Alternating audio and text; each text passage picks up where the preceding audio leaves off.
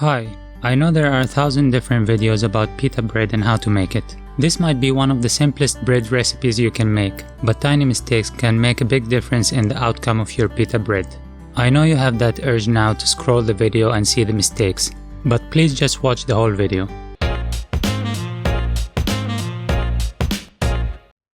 In a transparent green glass, okay, it can be any color but still transparent, I'll put half a tablespoon of dry yeast, 1 tablespoon of sugar, pinch of salt, and about 200 milliliters of warm water. I'll mix this and leave it on the counter for the yeast to do its work. After 5 to 10 minutes it should have about 1 or 2 centimeters of foam on top. This means it's ready, and that's the reason why your glass should be transparent. Any cup will do, but the transparent glass will show you how much foam on top. In a mixing bowl, I measured 400 grams of all-purpose flour, followed by 2.5 tablespoons of olive oil.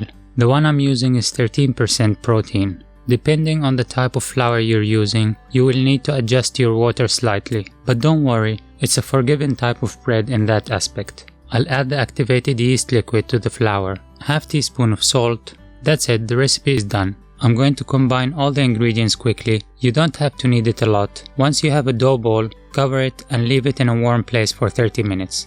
Make sure the place is actually warm enough for the dough to rise. After 30 minutes, the dough should double in size. I learned this technique from Brian Lagerstrom videos. With wet hand, I pull one of the dough sides up, then fold it over. Do this for 4 or 5 times while rotating the dough. Then flip the dough over and let it rest for 30 more minutes. This step should rearrange the gluten and you don't need to knead it as much. Once the dough have rested, I'll divide it into 8 equal parts and roll each part into a bowl and cover these balls with kitchen towel with birds and then a second one with Santa Claus.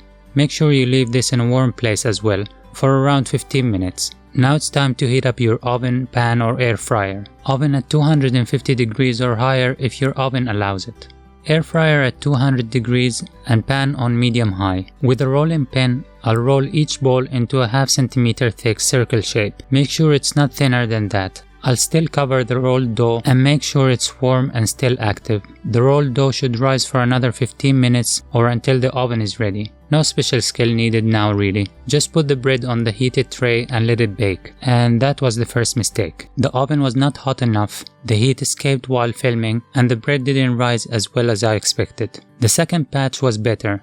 Look at those babies puffing up like a ball. I feel so proud. Once they have a golden color on the top, remove them quickly from the oven. Don't wait for them to get brown unless you want a crispy pita bread. Now the second mistake is not taking care of the bread after it's baked. If you keep it outside, it will dry up while cooling down. Instead, wrap it in a kitchen towel and then plastic bag to keep the moisture in. When it's cooled down, it will remain soft. If you don't want to use plastic, just wrap them in a kitchen towel and put them in a closed container or a mixing bowl with covered lid. If you're using a frying pan, add few drops of olive oil to the pan, lay your dough in there and brush it with a small amount of olive oil on top. If you don't use oil, the dough will burn instead of frying and having a brown color.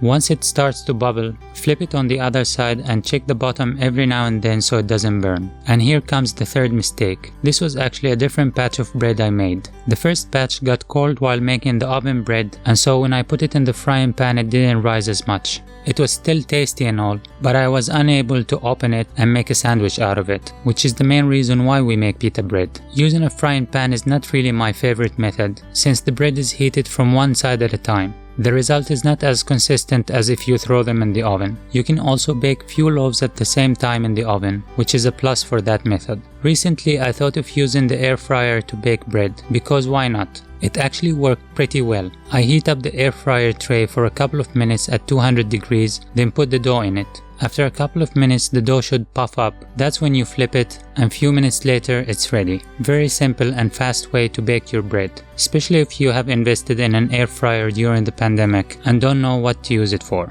To see the pita bread in action, watch my Falafel, vegan Döner and Meatless balls videos. And if you like this video and want to see more, subscribe to the channel, like and share the video. Thank you for watching and see you in the next video.